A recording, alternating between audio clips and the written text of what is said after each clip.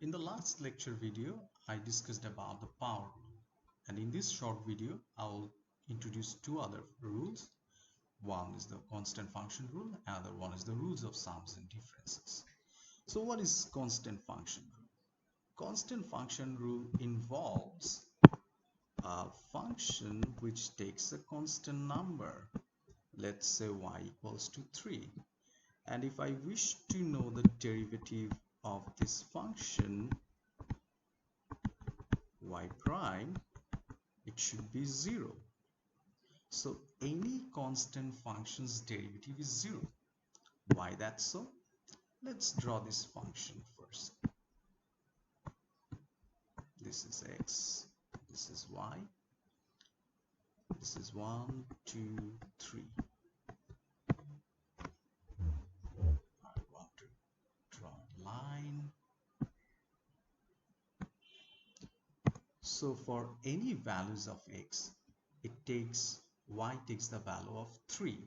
So if x1 is 1, x2 equals 2, x3 equals 3, and if I go on and on, the value of y remains unchanged. What does that mean? So when I change the values of x, there is no change in the value of y. So in other words, this dy becomes 0. Therefore, if I wish to find the derivative of a constant function, it becomes 0. And this is true for any number. It could be positive, it could be negative, it can be positive, negative, or even 0. So for all constant numbers, derivative will be 0. So this is the first rule, constant function rule. Now let's talk about the second rule, which is the rules of sums and differences. So now consider a function y, which is the sum of these two functions, f of x and g of x. And if I wish to know the derivative of this function, it should be the sum of the derivative of these two functions, f of x and g of x, which is y prime equals to f prime x plus g prime of x. Now consider f of x. F of x could be, say for example, x cubed, g of x equals to 7.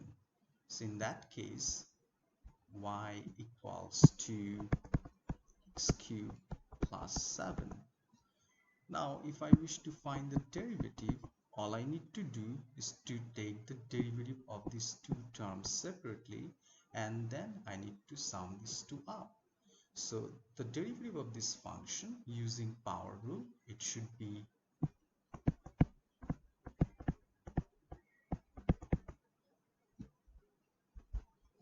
3x squared, and if I take the derivative of this constant term, it should be 0.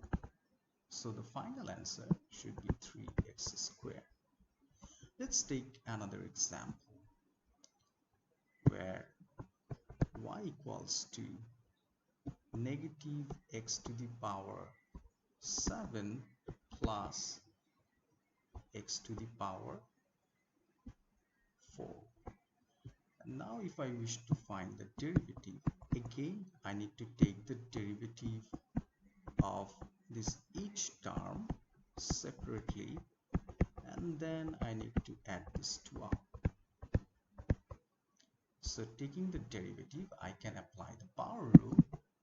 It should be negative 7x to the power 7 minus 1, and in the second term again I can apply the power rule. It should be 4x to the power 4 minus 1. So final answer should be minus 7 x to the power 6 plus 4x to the power 3. And this rule can be extended to the differences as well. So say for example, if I have a function y equals to f of x minus g of x, derivative of this function is nothing but the derivative of this each term, and then I need to take the differences of f of x prime minus gx prime. So f prime x minus g prime x. So if again f of x could be a function, say x to the power 5 and g of x equals to 9, then y is simply x to the power 5 plus, my bad, minus 9. So the derivative of this function y prime should equal to 5x to the power 4 using power rule, and using this constant function rule, this should be 0. The final answer should be 5x to the power 4. Thank you.